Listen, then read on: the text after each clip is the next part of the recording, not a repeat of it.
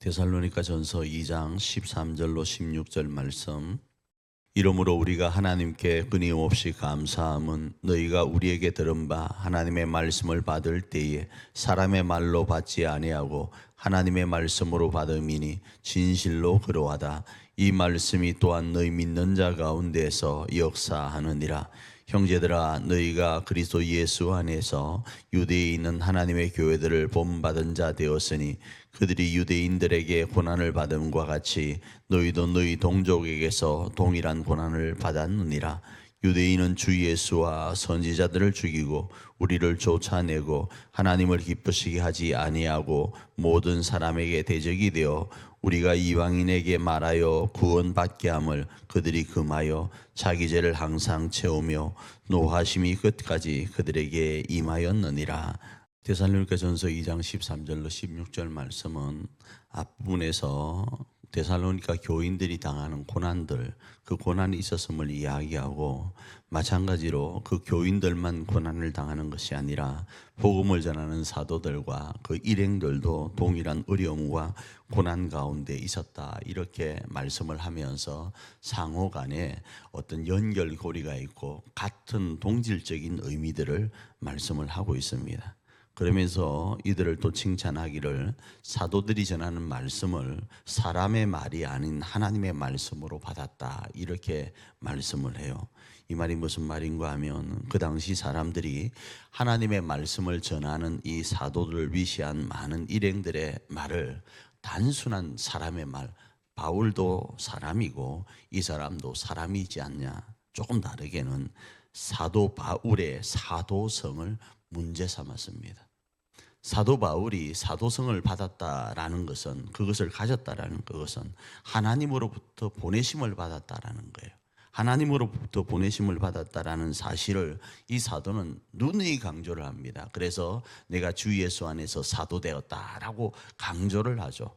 그런데 사람들은 이 사도의 보내심을 부정할 뿐 아니라 하나님으로부터 보내심을 받지 않았기 때문에 그들이 전하는 말도 사람의 말이지 하나님의 말씀이 아니다, 이렇게 주장하는 거예요. 그런데 이 데살로니가 교인들은 어떻게 했는가? 사도들이 전하는 이 말씀을 사람의 말이 아닌 하나님의 말씀으로 받았다라는 거예요. 자, 그러자 어떤 일이 일어나는가? 하나님의 말씀이 그들 안에서 일하기를 시작하는 거예요. 역사되어진다, 이겁니다. 조금 다르게는 계속적으로 효력이 나타나더라, 이겁니다. 뭐 할 때요? 말씀을 말씀으로 받을 때요. 사람의 말이 아니라 하나님의 말씀으로 받을 때 말입니다.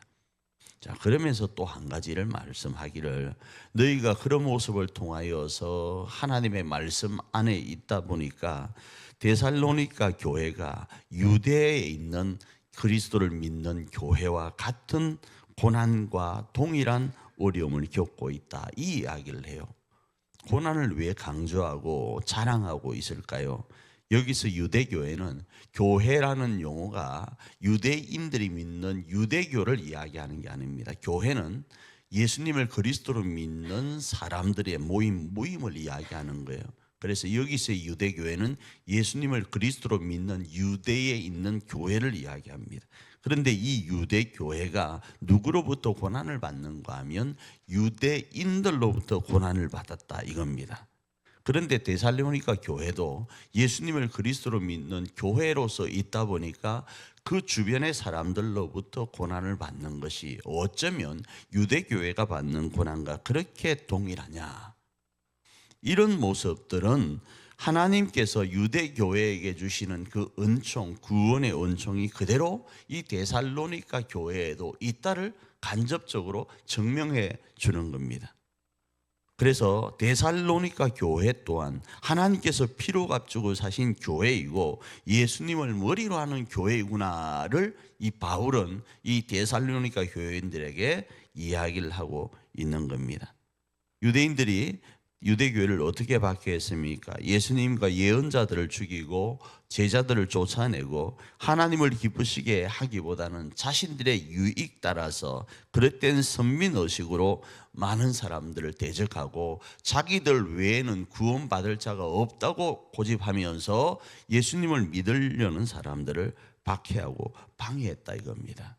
그러자 이들에게는 뭐가 일어나는가? 하나님의 진노가, 피할 수 없는 진노가 계속적으로 기다리고 있다, 이렇게 이야기를 하면서 데살로니가 교회 너희들은 하나님의 피로 값주고 사신 교회이기 때문에 하나님의 영광 가운데 거하겠다라는 것을 간접적으로 진노와 연결해서 표현하면서 이들을 위로하고 있고 이들에게 소망을 주고 있는 겁니다. 그렇습니다. 이 말씀을 오늘 우리의 삶에 어떻게 적용할까요? 우리 교회가 예수님을 머리로 하는 교회, 데살로니가 교회와 유대 교회처럼 그리스도께서 피로 값주고 사신 교회라는 그 위치에만 있다면 우리가 당하는 어려움, 그 고난, 그건 하나님 앞에 유익이 된다라는 것입니다. 데살로니가 교인들이 붙잡았던 이 소망이 오늘 2025년을 살아가고 있는 우리 일자산 교회와 가정의 능력이 되어진다라는 겁니다. 이 말씀을 우리 가정 가운데 적용하기를 원합니다. 수만 가지의 분명한 아픔과 고난과 눈물이 있지만, 우리가 살펴보았던 포도가 으깨어지는 것 같은 눈물과 아픔이 있지만, 예수님이 우리를 교회로 인정하신다면, 하나님께서 피로 값주고 사신 그 교회로 인정하신다면 우리는 소망이 있는 겁니다. 우리에게는 영광이 있는 겁니다. 그 영광도 사람의 영광이 아니라 하나님으로부터 출발된 영광이 있다라는 겁니다. 이 영광을 소망하고 바라보면서 오늘도 승리해가는 저와 여러분 되기를 축복합니다.